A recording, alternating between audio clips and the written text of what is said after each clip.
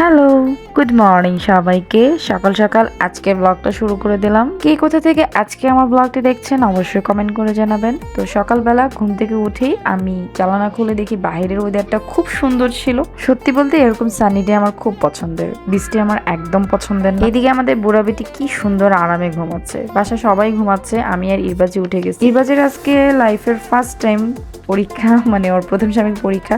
তো যার কারণে সকাল সকাল উঠে আমি রুটি বানিয়ে নাস্তা রেডি করে নিয়েছি। এখানে ইরবাজের জন্য একটা ডিম পোস্ট করছি, আর আমি হচ্ছে চা। অ্যাজ ইউজুয়াল আমার চা ছাড়া হবেই না সকালটা। তো ইরবাজকে খাওয়ানোটা আমার জন্য সকালে খুব টাফ হয়ে যায়, ও মানে খেতেই চায় না। আসলে বাচ্চারা মনে হয় এরকমই হয়, সকালবেলা ঘুম থেকে উঠে কোনো বাচ্চাই খেতে চায় না। যাই হোক, ওকে খাইয়ে আমি নিজে খেয়ে তারপর রেডি হয়ে বের হয়ে পড়েছি হচ্ছে ইরবাজের স্কুলে যাব। আমার এখন সকালবেলার একটাই কাজ, একটাই রুটিন, ইরবাজকে স্কুলে নিয়ে যাওয়া। সত্যি বলতে মা হলেই বোঝা যায় মাদের কত দায়িত্ব। এখন বুঝি হারে হারে যে আমার মা আমার জন্য কত কষ্ট করছে।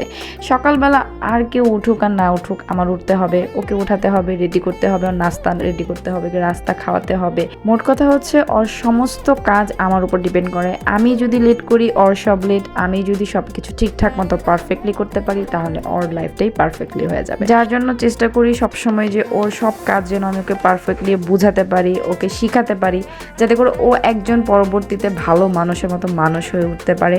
সো সবাই দোয়া করবেন। আর এইখানে হচ্ছে ওর ক্লাসের সব বাচ্চারা একসাথে হয়েছে, দুষ্টামি করতেছিল। ক্লাস প্লের বাচ্চাদের হচ্ছে 9:30 থেকে পরীক্ষা, তো যার কারণে আমরা সবাই মিলে বাইরে ওয়েট করতেছিলাম। ওনারা বলেই দিয়েছিল স্কুল থেকে যে 9:30-র মধ্যে আসতে। আমরা 9:30-র খুব আগেই চলে আসছি, যার কারণে প্লের বাচ্চাদের বাইরে ওয়েট করতে হইতেছে। ঠিক 9:30 বাজলে হচ্ছে ওদের গেটটা খুলবে, ঢুকাবে, কারণ হচ্ছে এত বাচ্চা, তো সবাই যখন একসাথে ঢুকবে একটা র্যাশ সৃষ্টি হবে, সেজন্যই হচ্ছে এই ব্যবস্থাটা করছে, বাইরে ওয়েট করাইছে।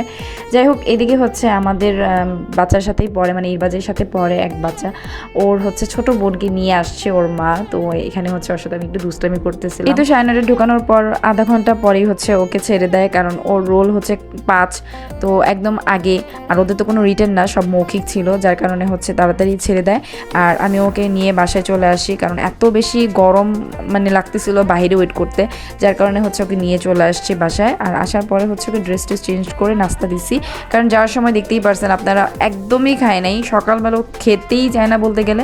তো যার কারণে হচ্ছে আমি ওকে বাসায় এনে আবার নাস্তা খাওয়ানোর চেষ্টা করি, নিজে নিজেই খায়, ট্রাই করে এখন মাশাআল্লাহ। এরপর দুপুরবেলা হচ্ছে ওকে গোসল টোসল করিয়ে আমি হচ্ছে ড্রেস সুন্দর করে পরিয়ে টরিয়ে হচ্ছে বারান্দায় কি যেন করতেছিলাম। আমি যে ভিডিও করতেছিলাম সেটা সে টের পাই নাই, তো যার পর যখন দেখছে তখন একটু দুষ্টামি করতেছিলাম আমি। তো এরপর হচ্ছে আমার অনেক ক্ষুধা লেগে গেছিলো। আজকে আম্মু হচ্ছে খুব মজার, আমার খুব মানে পছন্দের একটা খাবার রান্না করছে, সেটা হচ্ছে শুটকি, ঢেঁড়স আর আলু দিয়ে। এটা আমার অনেক পছন্দের, অনেক পছন্দের।